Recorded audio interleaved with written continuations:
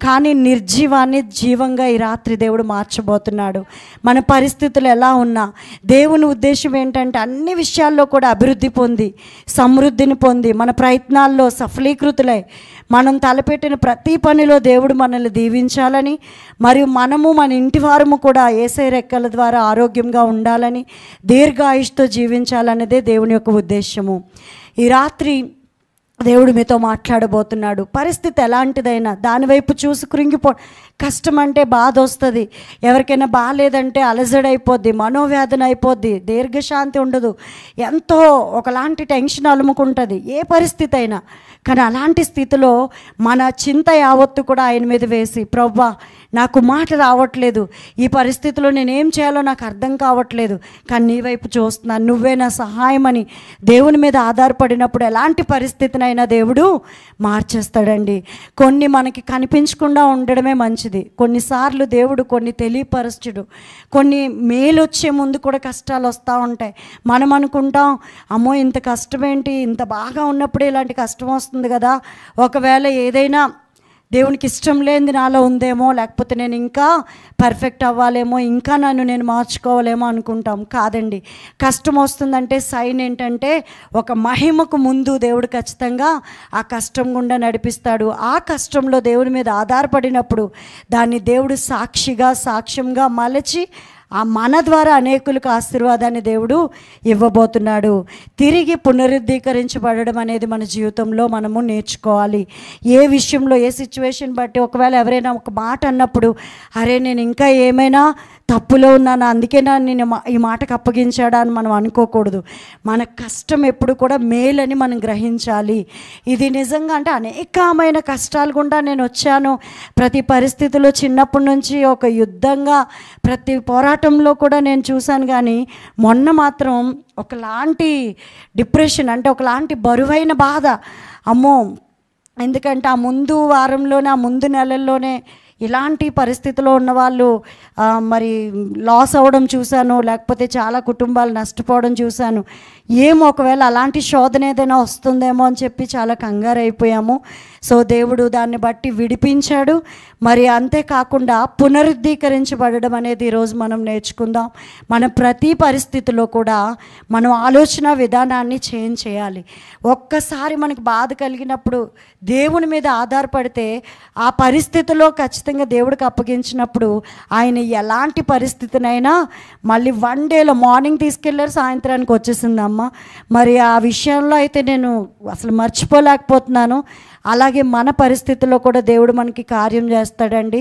కొన్నిసార్లు ఇల్లు విషయంలో బాధపడుతూ ఉంటాం, వాహనం విషయంలో బాధపడుతూ ఉంటాం, బట్టల విషయంలో బాధపడుతూ ఉంటాం. ఎండిపోయిన పరిస్థితి మన జీవితంలోకి అలుముకున్నప్పుడు మనకి అంధకారంగా కనిపిస్తుంది తప్ప దేవుని యొక్క కార్యము మనం చూడలేని పరిస్థితిలో అనేక సార్లు ఉంటాం. కానీ ఇలాంటి మనసులో ఆవేదన, పాడైపోయిన స్థితి, అలాంటి పరిస్థితుల్లో ఉన్నవారిని రాత్రి దేవుడు కట్టబోతున్నాడు. నమ్మిన వారు గట్టిగా హల్లెలూయా చెప్దామా? ఒకవేళ ఆన్లైన్లో చూస్తున్నావేమో చెల్లి, తమ్ముడు, ఇదిగో దైవజనమా, దేవుడు మీతోనే మాట్లాడబోతున్నాడు. ఈరోజు ఎందుకు ఈ మాట ఇంత ధైర్యంగా చెప్తున్నానంటే, ఈ మనసులో వేదనతో, కష్టంలో, అనారోగ్యంతో, మనసులో నిరీక్షణ లేని పరిస్థితిలో ఉన్నవారికి దేవుడు ఎందుకు కట్టబోతున్నాడని నేను ప్రకటిస్తున్నానంటే, ఇక్కడ బైబిల్లో చూస్తే నయోమి జీవితంలో అదే జరిగిందండి.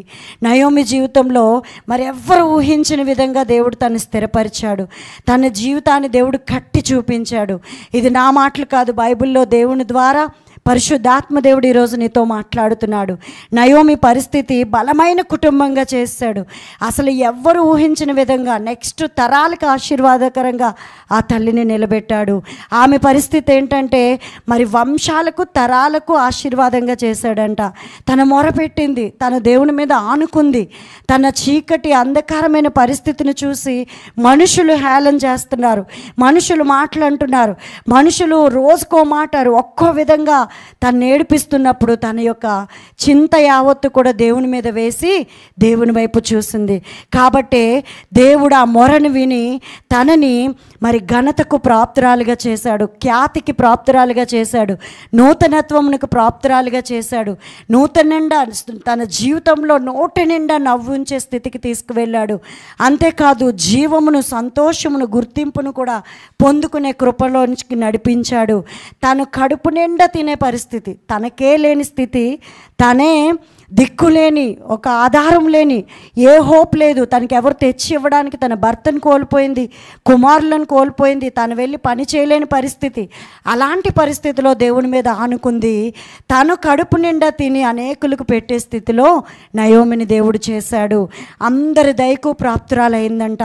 అందుకే ఆమె వంశం దావీదుకి ముదునాయనం అయింది. తను ఎలాంటి గొప్ప ఆశీర్వాదానికి పొందుకుందంటే తన వంశం నుంచే మరి యేసు ప్రభువారు రావటం మనం చూస్తాం. నయోమి వంశావళి ఆశీర్వదించబడే విధంగా దేవుడు చేసేసాడు. ఆ క్షణంలో తనకి చదువు లేదు, జ్ఞానం లేదు, ఏ విధమైనటువంటి ఆధారం లేదు, కానీ తనకి దేవుడిని నమ్మడం ఒకటే తెలుసు, దేవుని మీద అనుకోవడం ఒకటే తెలుసు. ఈరోజు నువ్వు అనుకుంటున్నావేమో, నేను ఎలాగ బ్రతకాలి, నేను ఎలాగ జీవించాలి, నా భవిష్యత్తు ఏంటి అని నువ్వు బాధపడడానికి వీల్లేదు. ఎందుకంటే ఈ దేవుణ్ణి కలిగి ఉండడమే మనం ఒక ధన్యత. ఈ దేవుడు రక్తంలో కడగబడి సంఘంలో చేర్చబడి ఒక విశ్వాసిగా ఈ యొక్క జీవిత యాత్రలో నువ్వు నిలబడుతున్నావు. ఎక్కడ పని చేసినా, ఏ పరిస్థితిలో ఉన్నా ఈ రాత్రి దేవుడు నిన్ను దర్శించబోతున్నాడు. ఎన్నిక లేని వారిగా చూశారు నయోమిని, మట్టిలో కలిసిపోయిన వారిగా చూశారు. ఎందుకంటే అందరూ హేళన చేస్తున్నారు. ఇంక నీకేముంది, నీ భర్త లేడు, పిల్లలు లేరు, నీ కోడలు వెళ్ళిపోయింది, ఇంక నీకెవరు కూడా మరి ఆధారం లేదు కదా, నువ్వెలా బ్రతుకుతావని మాట్లాడుతున్నారు. కొందరు జాలి పడేవారైతే కొంతమంది జాలి చూపులు చూసేవారు. ఇలా ఉంటుందండి. ఎవరైనా కష్టంలో ఉన్నప్పుడు వారిని ఆదరించలేక, వారికి కనీసం వాళ్ళ కష్టంలో కనికరం చూపించకుండా మాటలు విసిరేవారు ఉంటారు. ఒకవేళ అలాంటి మాటలతో నువ్వు నలిగిపోతున్నావేమో, నీ కష్టం ఒక బాధ అయితే మనుషులు పెట్టే మాటలకి నువ్వు చితికిపోతున్నావేమో, ఈరోజు దేవుడు నీకు శుభవార్త. పరిశుద్ధాత్మ దేవుడే నీ జీవితాన్ని ఈరోజు కట్టబోతున్నాడు. మధురంగా మలిచి అనేకులకు ఆశీర్వాదకరంగా దేవుడు నీ జీవితాన్ని ఉంచబోతున్నాడు. నువ్వు అనుకుంటున్నావేమో, నా బావిలన్నీ ఎండిపోయాయి, నా బావిల్లో నీరు లేదు, నా యొక్క ఇల్లంతా కూడా మరి కొరతతో కొలిమితో బాధపడుతున్నాము అని నువ్వు అనుకుంటే, ఈ రాత్రి నీ బావులను నీటి ఊటలుగా చేసే దేవుడు మన పక్షంగా ఉన్నాడు. నమ్మిన వారు గట్టిగా హల్లెలూయా చెప్దామా? సమర్థుడైన దేవుణ్ణి మనం కలిగి ఉన్నామండి. మన దేవుడు ఎలాంటోడంటే సమస్తం నుంచి నిన్ను విడిపించగలడు. ఆయనకి హెచ్చు తగ్గులు లేవు, ముద్దు బిడ్డలు లేరు. ప్రతి ఒక్క చిన్న తలనొప్పి అయినా, పెద్ద క్యాన్సర్ అయినా ఒకటే దేవుడికి. ఆయన పొందిన దెబ్బల చేత నీకు స్వస్థత. నిశ్చయంగా నీ రోగాన్ని ఆయన భరించాడు. నీవు సంతోషంగా ఆరోగ్యంగా ఉండడం కోసమే ఆయన రిక్తునిగా భూమి మీదకి వచ్చాడు. సమస్తాన్ని కూడా విడిచిపెట్టి, మహిమంతటిని పక్కన పెట్టి, ఆ యొక్క రక్తంలో మరి ప్రాణం విడిచి నీ కొరకు తన ప్రాణాన్ని సైతం లెక్క చేయకుండా ఆయన పెట్టడం జరిగింది. మనం ఇది గ్రహించినట్లయితే ఈ రాత్రి నూతనమైనటువంటి హృదయాలు, నూతనమైన కార్యాలు, నూతనమైన కనికరము ఈ రాత్రి నీ మీద దేవుడు కృమ్మరించబోతున్నాడు. మనం జ్ఞాపకం చేసుకున్నట్లయితే మరి అనేక మంది గురించి మనం ధ్యానించినప్పుడు మనకి మామూలుగా విన్నప్పుడు వేరు, కానీ ప్రాక్టికల్గా నీ లైఫ్లో కష్టం గుండా వెళ్తున్న వాళ్ళకి తెలుస్తుంది బాధ. కష్టాన్ని మరి ప్రతిరోజు బాధపడుతున్న వారికి తెలుస్తుంది ఈ విలువ. మరి ఎవరైతే కష్టం అనుకుంటున్నారో, ఇంకా నా వల్ల కాదు, ఇది అసాధారణమైన కార్యము, అసాధ్యమైనది నా జీవితంలో జరుగుతుందా అని ఒకవేళ ఒక ప్రశ్నతో, ఒక ముగింపు లేని స్వభావంతో నువ్వు వేచి ఉన్నావేమో, ఈ రాత్రి ఒక శుభవార్త. మరి మనం గమనించినట్లయితే మగ్దలేని మరియ, ఆమె కూడా నిర్జీవంతో ఉందండి, అసలు జీవం లేదు తన జీవితంలో. చూసుకున్నట్లయితే ఈమె గురించి లోకాసువార్త 8వ అధ్యాయంలో చూడవచ్చు. 12 సార్లు బైబిల్లో మరి ఈమె కోసం చెప్పబడింది. క్రీస్తు లేనప్పుడు ఆమె జీవితం ఎంతో అంధకారం, చీకటి భరితమైనటువంటి జీవితం. అలాంటిది ఆనందం, సంతోషం లేదు, ఎవరు మాట్లాడిన వాళ్ళు లేరు, ఎన్నో మాటలు పడుతూ అందరి చేత చాలా నిందించబడుతున్న జీవితం. కానీ యేసును కలిసిన తర్వాత, ఎన్కౌంటర్ అయిన తర్వాత, యేసును చేర్చుకున్న తర్వాత తన జీవితము చాలా సంతోషాన్ని పొందుకుంది. ఆమె 7 దెయ్యముల చేత పీడింపబడేదంట. 7 దెయ్యములు దెయ్యములు అంటే ఒక్కొక్క దెయ్యంలో ఎంత శానం ఉంటుందో ఆలోచించండి. భయంకరమైన పరిస్థితి. కానీ యేసయ్య రక్షకునిగా ఆ యొక్క ప్రాంతంలో వెళ్తున్నప్పుడు, అందరికీ సువార్త ప్రకటించినప్పుడు, భూమి మీద యేసు ప్రభువారు పరిచర్య చేస్తున్నప్పుడు, మరి ఆయన బోధ అనేక మందిని ప్రభావితం చేస్తున్నప్పుడు, మగ్దల అనే ఊరు నుంచి యేసు ప్రభు నడుచుకొని వెళ్తున్నప్పుడు ఈ యొక్క మగ్దలేని మరీ ఎదురుపడడం చూస్తాడంట. దేవుడు చూసినప్పుడు మరి ఆమె యొక్క పరిస్థితి ఎలా ఉందంటే ఎంతో ఘోరంగా ఏడుస్తుంది, కొట్టబడుతుంది, గాయపరచబడుతుంది, అనేకమైన అవమానాలు గుండా వెళ్తుంది, అనేక మంది మాటలు వేస్తున్నారు, మరి విపరీతంగా రాళ్లతో కొడుతున్నారు. ఆమెకి నీరు కానీ ఆహారం కానీ లేని పరిస్థితి. ఆమెను చూసి అందరూ వెటకారిస్తున్నారు, ఈమె వేస్ట్, ఈమె చాలా చెత్తది, ఇలాంటిది అలాంటిది అవమానంగా మాట్లాడుతున్నారు. అన్ని విధాలుగా నష్టపోయిన ఆమె మరి ఒక్కసారి క్రీస్తుని కలిసినప్పుడు, ఆ మార్గం గుండా వెళ్తున్నప్పుడు, ఆ యేసు ప్రభుని చూసినప్పుడు ఆ దేవుని యొక్క ముఖములో ఆమె విడుదల పొందుకుంది. ఎప్పుడైతే తన్ని చేర్చుకున్నాడో దేవుడు, ఇదిగో నిన్నెవ్వరు కూడా మరి ప్రేమించట్లేదా, ఈరోజు ఈ రాత్రి నేను ప్రేమిస్తున్నాను, నా ప్రేమ నిన్ను ప్రతి పరిస్థితి నుంచి విడుదల కలిగిస్తుంది అన్నప్పుడు వెంటనే తను యేసుతో ఎన్కౌంటర్ అయిందంట. వెంటనే ఆ పరిస్థితిని విడిచిపెట్టి దేవుని పాదాలు పట్టుకొని క్షమాపణ అడిగి క్రీస్తుని చేర్చుకోవడం జరిగింది. యేసయ్యతో ఎన్కౌంటర్ అవ్వగానే తన జీవితం మారిపోయింది. మాట వినే స్వభావంలోనికి తను వచ్చేసింది. ఇంక తను ఎవరు ఏమీ ఇబ్బందులు పెట్టట్లేదు, తను ఎవరు కూడా అన్యాయంగా మాట్లాడట్లేదు, ఎవరు కూడా తన్ని నిందించట్లేదు. ఏమంటే తన జీవితంలో దేవుడు ఒక గొప్ప ప్రేమ, ఎవరు ప్రేమించిన ప్రేమతో ఆ రోజు ఆ రాత్రి దేవుని యొక్క ప్రేమ తనని అలుముకుంది. కాబట్టి మళ్ళీ ఆ సిచ్యువేషన్ తర్వాత మగ్దలేని మరియ జీవితంలో ఎప్పటికీ కూడా అవమానం లేదు, చింత లేదు, బాధ లేదు, కష్టం లేదంట. సంతోషంగా తను చివరి వరకు కూడా మరి ఉండడం మనం బైబిల్ గ్రంథంలో చూస్తున్నాం. ఈరోజు ఎలాంటి పరిస్థితి అయినా మనం దేవుణ్ణి చేర్చుకున్నప్పుడు ఆయన యొక్క కృపా ఆశీర్వాదాల క్రిందకి మనము వచ్చేస్తాము. మనం నిజంగా చెప్తున్నాను, దేవుని సన్నిధిలో మనం ఉండి దేవుని మాట వినడం ఎంత ధన్యత అంటే, మరి దేవుని సన్నిధికి రావడం వల్ల కూడా కొన్ని ఆశీర్వాదాలు దేవుడు మనకి ఒక బెనిఫిట్గా ఇస్తాడంట. ఒక బోనస్గా అనేకమైన ఆశీర్వాదాలను మనం పొందుకుంటాం.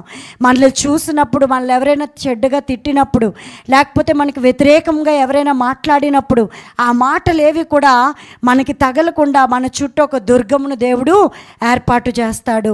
కాబట్టి యేసును కలిగిన నీవు కష్టం వచ్చినా, సుఖం వచ్చినా, సంతోషం కలిగినా మళ్ళీ మనం ఎవరితో షేర్ చేసుకోవాలి? దేవునితోనే షేర్ చేసుకోవాలి.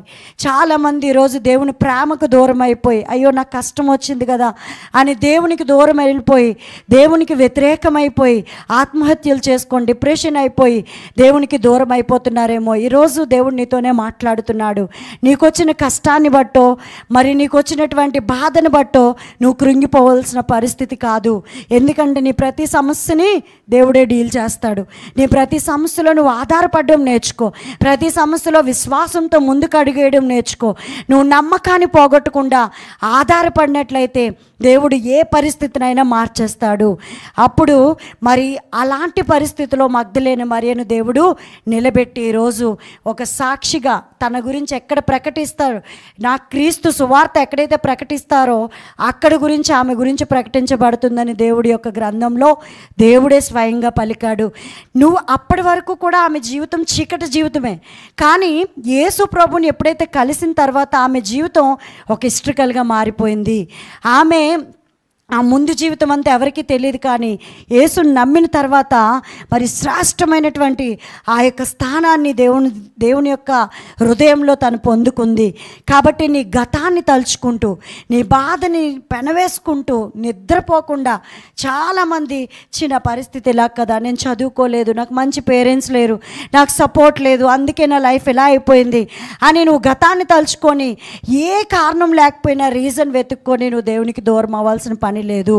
నువ్వు ఒక్క మాట పట్టుకొని, దేవా ఈరోజు నీ ప్రేమ మీద నేను ఆధారపడుతున్నాను, నీ సిలువకు నన్ను ప్రభా, నీ సిలువ ద్వారా నన్ను ప్రతి పరిస్థితి నుంచి విడిపించావు, నీ బిడ్డగా నన్ను చేర్చుకున్నావు, నువ్వు కలిగి ఉండడమే నా ధన్యత అని ఒక్క మాటని నువ్వు దేవుణ్ణి నమ్మగలిగితే ఏ పరిస్థితిలోనైనా దేవుడు నిన్ను మార్చేస్తాడు. 2 కొరింథీ 12:9 ఎవరైనా చదువుతారా?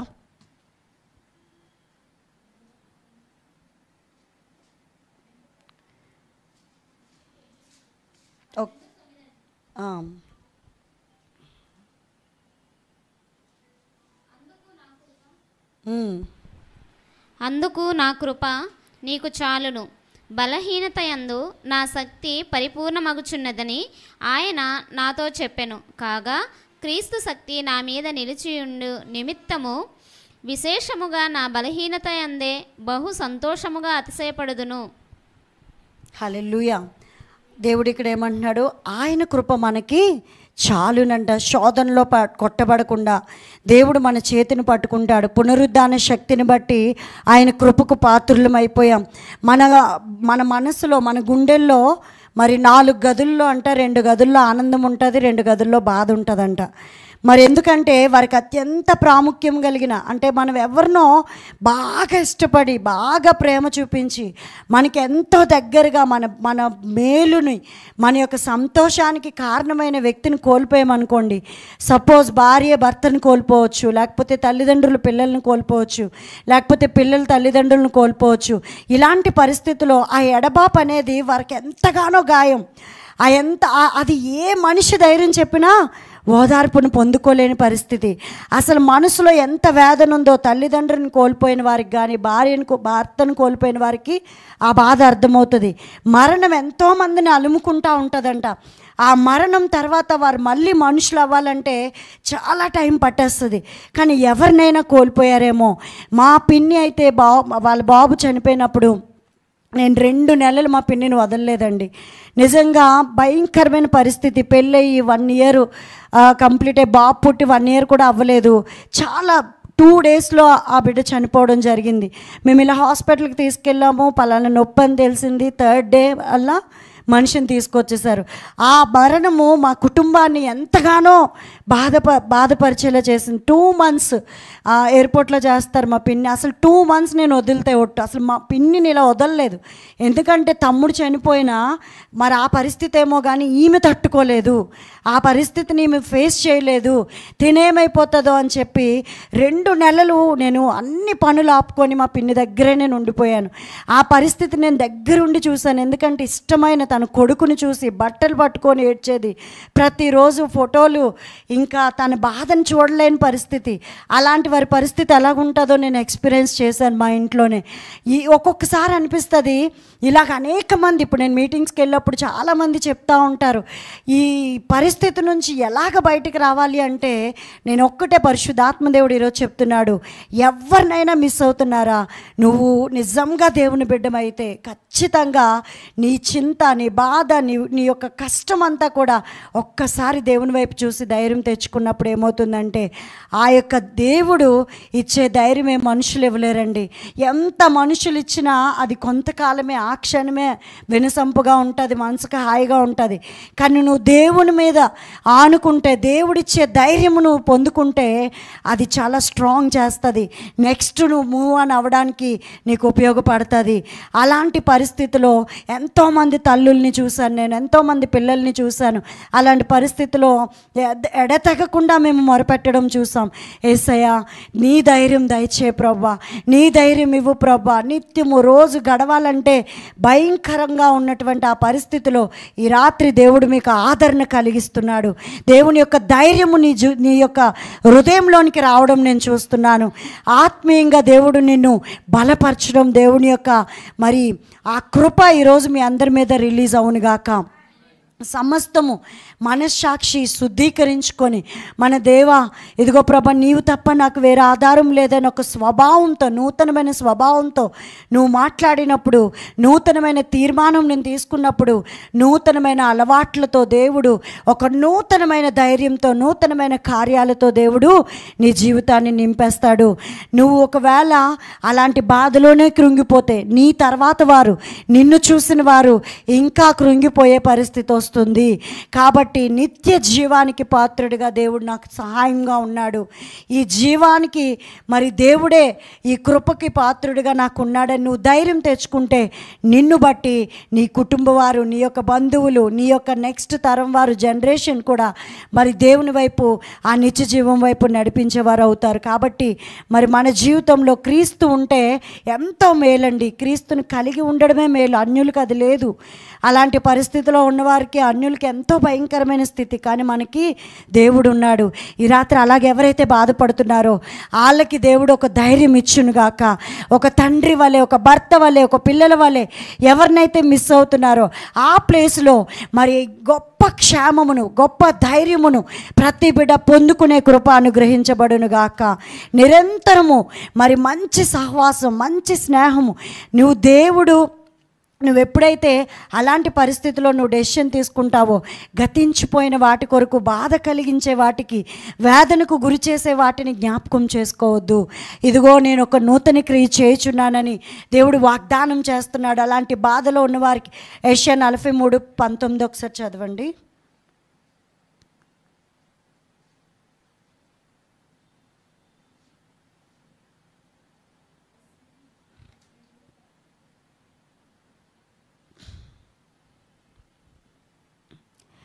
ఇదిగో నేను ఒక నూతన క్రియ చేయుచున్నాను, ఇప్పుడే అది మొలుచును, మీరు దాన్ని ఆలోచింపరా?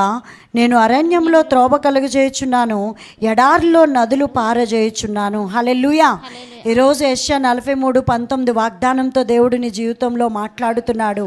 నీ యొక్క బాధ, కష్టము నిజమే కావచ్చు, దానికి కలిగిన బాధ అంతా కూడా మరి ఎంతగానో వేదనే కావచ్చు. కానీ నెక్స్ట్ లైఫ్ నువ్వు మళ్ళీ న్యూ జనరేట్ చేయాలి, న్యూగా నువ్వు స్టార్ట్ చేయాలి. నీవు ఎప్పుడైతే ఇదిగో నేను ఒక నూతన క్రియ చేయుచున్నానని పరిశుద్ధాత్మ దేవుడు నీకు చెప్తున్నాడు. ఏ విషయాల్లో నువ్వు జీవాన్ని కోల్పోయావో, ఏ విషయాల్లో మనశ్శాంతిని కోల్పోయావో, ఏ విషయాల్లో సమాధానాన్ని కోల్పోయావో, ఏ విషయాల్లో ఓడిపోయావో అవన్నీ కూడా ఈ రాత్రి చిగురించబోతున్నాడు. ఈ దృఢంగా నమ్ము. ఎవరైనా నీ లైఫ్ క్లోజ్ అని మాట్లాడారా? ఇదిగో నీ జీవితం అయిపోయింది, నీ యొక్క సంతోషం ముగిసిపోయింది అని మాట్లాడారా? నువ్వు నిరీక్షణతో, నా జీవితానికి సరిపడా నిరీక్షణ దేవుడు నాకు ఇచ్చాడు, నేను ఆ నిరీక్షణ కలిగి ఉన్నాను అని చెప్పాలి. ఒకవేళ ఏ విషయమైనా, పెళ్ళ, ఉద్యోగమా, ఎగ్జామ్సా, పిల్లల, లేకపోతే ఈ సంవత్సరం అవ్వకపోయిన కార్యాల నెక్స్ట్ ఇయర్ జరుగుతాయి అనే నిరీక్షణ నువ్వు ఎప్పటికీ కూడా విడిచిపెట్టకూడదు. ఎందుకంటే ఈ నిరీక్షణ నిన్ను సిగ్గుపరచదు. దేవుని యొక్క మరి ఆ యొక్క బలమైన విశ్వాసంతో నువ్వు నమ్మినప్పుడు ఏది కూడా అది సిగ్గుపరిచే విధంగా చేయకుండా దేవుడు దాన్ని గొప్పగా లేవనెత్తి నిలబెట్టి అనేకుల ముందు ఆ ఓటమిని గెలుపుగా చూపించి దేవుడు నిరీక్షణతో ముందుకు తీసుకువెళ్తాడు. నా దేవుని సన్నిధి నాకు నిరీక్షణ ఇస్తుందని నువ్వు నమ్మినప్పుడు అద్భుతాలు వెంబడి అద్భుతాలు, సమృద్ధి వెంబడి సమృద్ధి, మరి ఆ కష్టం ఎంతైతే లోతుగా భరించావో ఆశీర్వాదం కూడా అంత గొప్పగా వచ్చేలాగా దేవుడు పరిస్థితిని మార్చేస్తాడు. అబ్రహాము నిరీక్షణకు ఆధారం లేనప్పుడు దేవుణ్ణి నమ్మాడండి. ఈరోజు మనం కూడా ఆయన పిల్లలుగా మనకి నిరీక్షణకు ఆధారం లేకపోవచ్చు, చుట్టూ పరిస్థితికి గందరగోళంగా ఉండొచ్చు. కానీ ఈరోజు దేవుని మాటను పట్టుకొని ఇదిగో నూతన క్రియ నా జీవితంలో దేవుడు చేయబోతున్నాడు అని నువ్వు నిలబడగలిగితే ఈ రాత్రి అబ్రహాము సంతతిగా దేవుడు నిన్ను కూడా దీవించబోతున్నాడు.